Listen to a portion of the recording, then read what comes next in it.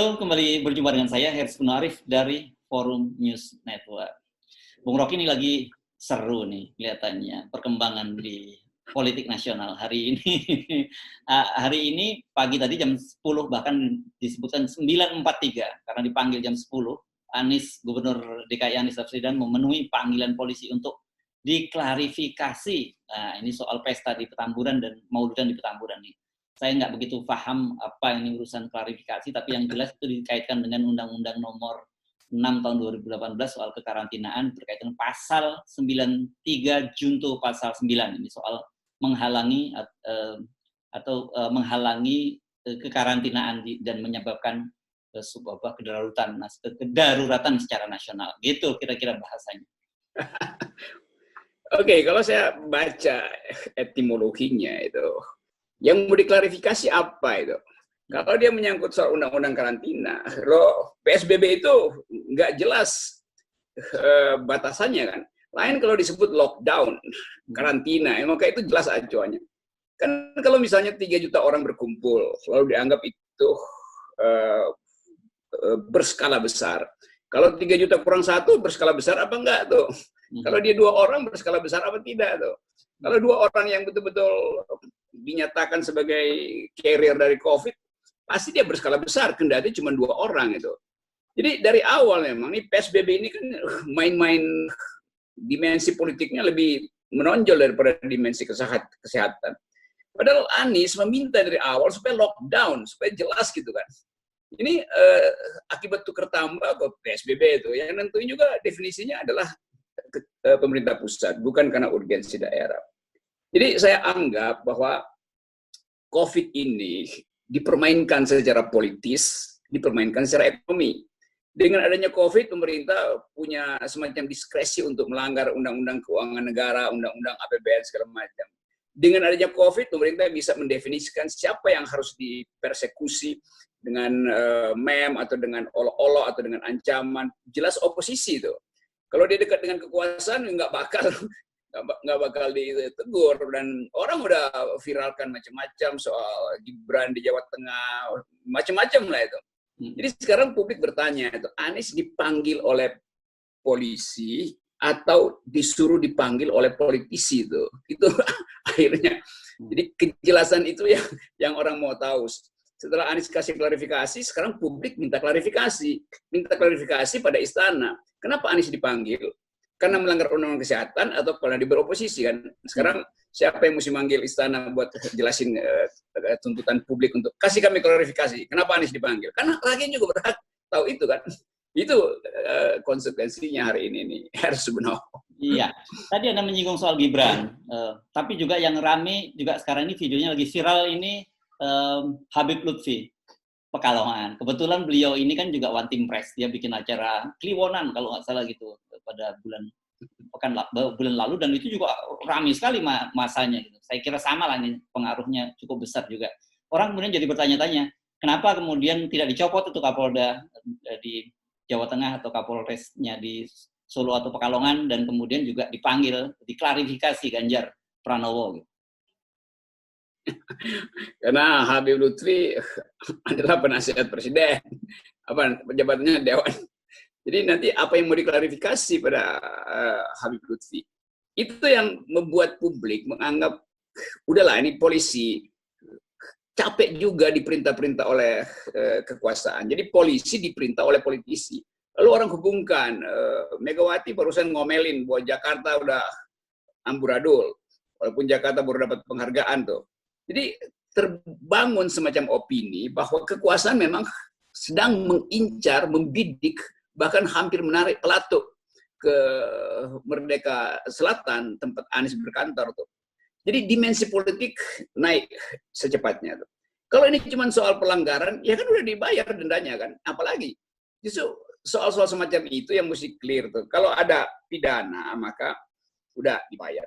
Nanti kalau diperluas pengertiannya, itu kesalahan karena nggak diawasi tuh, maka pidana terjadi. Loh kalau begitu seluruh polisi 24 jam ada di semua kompleks untuk ngawasi penjahat. Jadi buat apa ada aturan pidana denda kalau orang mesti diawasi tuh? Kalau dia melanggar, ya memang dia mengambil risiko untuk dipidana dalam bentuk denda kan. Jadi itu soalnya tuh. Tentu semua publik tahu bahwa sasarannya adalah HRS, tapi kemudian mutar, berbalik arah susah itu, mau menyebut sesuatu secara konkret juga susah. Wajah Pak Mahfud kemarin konferensi pers nggak jelas, Panglima ABRI juga ucapin hal yang luar biasa hebat, padahal ini halnya simple. Kan gampang aja kan, bilang aja Habib Rizik melanggar undang-undang kesehatan itu karena dia memanfaatkan situasi politis untuk mengakumulasi massa. Nanti ada debat publik, nggak ada soal. Tapi nanti Habib bilang ini kan perkawinan soal privat, terus nanti istana kasih lagi itu. Iya, tapi perkawinan itu kalau nggak pakai masker berbahaya. Nanti terus ada tafsir agama tuh, apakah masker bagian dari ritus perkawinan, kan itu jadi isu infotainment justru, padahal kita mau info politainment yang jadi temanya. Tapi saya kira sebelum kita lanjutkan diskusi ini, satu hal yang perlu kita garis bawahi supaya nggak disalahpahami, bahwa kita sepakat gitu ya, bahwa kerumunan massa yang begitu besar yang membahayakan protokol kesehatan itu memang harus dihindari dalam situasi ini. Saya kira di situ kita mesti sepakat dulu ya, Bung Rocky ya. Jelas, saya dari awal menginginkan itu ditegakkan sebagai disiplin. Dan karena dia disiplin nasional, maka dia berlaku sampai ke desa, entah kepala desanya 02 atau 01. Tapi kan orang melihat hal yang tidak konsisten itu. Tapi secara normatif jelas kita perlu pendisiplinan itu. Ya, nah itu yang saya kira juga poin kedua yang sekarang ini paling banyak disoroti oleh publik adalah soal penerapan yang kelihatannya tebang pilih tadi, tidak pilih kasih gitu, pandang bulu. Bukan tidak pandang bulu, ini pandang bulu. mesti dilihat bulunya siapa dulu ini baru. Karena yang oposisi dibidik, sementara kalau dia bagian dari pemerintahan dibiarkan saja.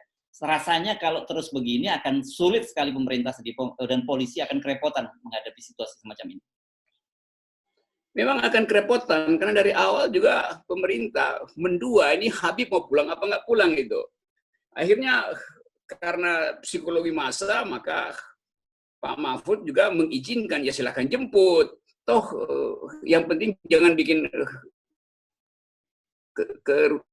keributan. Itu kalau keributan kita hajar gitu. Dan kerusuhan atau apalah. Jadi orang juga menganggap oke, pemerintah sebetulnya permisif kan, karena ini semacam kegairahan. Nah karena itu kalau Mahfud udah bilang silahkan jemput, maka Mahfud yang mesti siapkan pengamanan itu tuh. Kan dia yang izinkan kan. Sebetulnya Mahfud mengatakan silahkan jemput itu diskresi loh. Diskresi kekuasaan terhadap PSBB itu. Jadi yang mesti dipanggil itu Mahfud. Kenapa Anda sebut silahkan jemput? Karena itu yang mesti diklarifikasi. Kalau Anies tetap nggak ada soal saya kira. Karena PSBB dia keluarkan dan dia belum pernah cabut. Anies nggak kasih diskresi di Petamburan. Jadi ini soalnya tuh.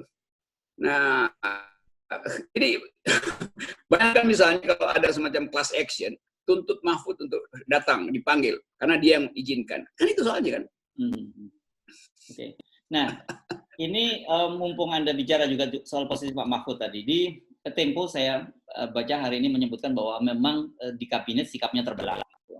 Itu Panglima dan KSP Muldoko dalam kubu yang keras gitu. Sementara dianggap Doni Monardo BNPB lebih lunak. Tetapi kemarin yang menarik juga pada kasus ini BNPB legend Doni Monardo membela Anies yang menyatakan bahwa pemerintah tidak pernah memberikan izin dan kemudian juga memberikan tindakan tegas melalui wali kota Jakarta Barat dengan memberikan denda itu. Iya, saya menganggap Pak Doni itu profesional.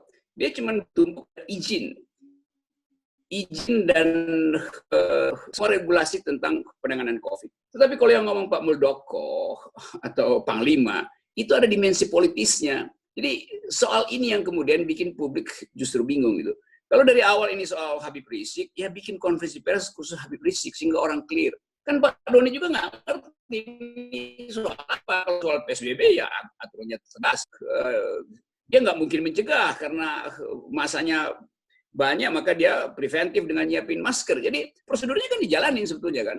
Nah kalau misalnya dari awal Pak Mahfud merasa ini akan berbahaya karena Habib itu adalah madu dan akan berkumpul sekitar Habib Rizik, lakukan aja perencanaan lebih awal. Minta Habib Rizik itu supaya mendarat di Majalengka. Di situ ada bandara kosong. Jadi lebih mudah kan mengatasinya kan. Ini yang terjadi adalah intelijen juga nggak maksimal.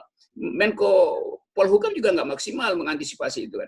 Hal yang bisa diantisipasi sebetulnya. Kalau intelijen kan bisa baca ada pergerakan massa menuju bandara. Oleh karena itu, ya bikin kesepakatan dengan airlines-nya. Oke, nanti di bandara Soekarno-Hatta ganti pesawat, Habib akan diantar oleh negara untuk menemui umatnya di bandara kosong Majalengka, dibikin persiapan di situ kan lebih indah gitu kan.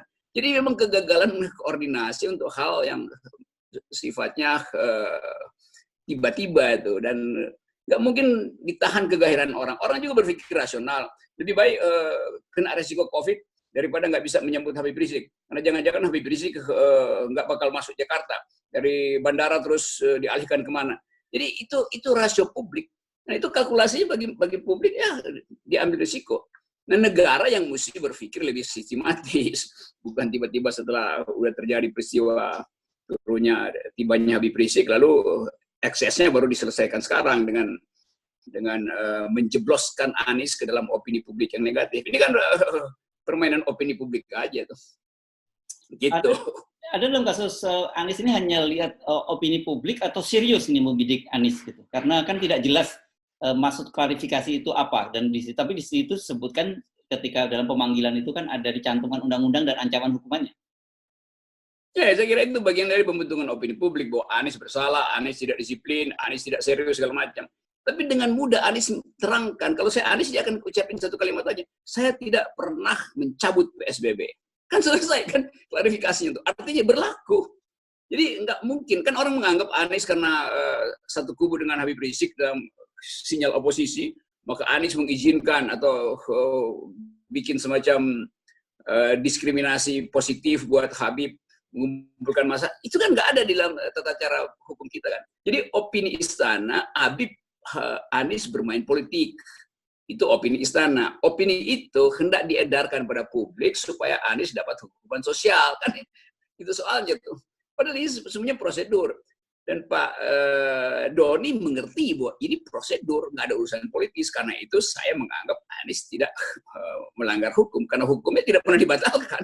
Bahkan tidak ada diskresi Anies untuk mengatakan keistimewaan Habib.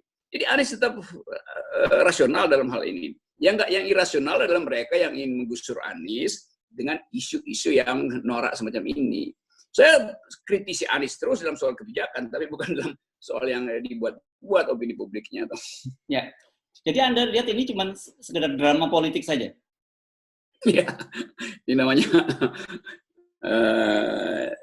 apa namanya? Drama pertamburan, bukan drakor, bukan drama Korea. Drama Korea, drama petamburan. Drama petamburan. Ya.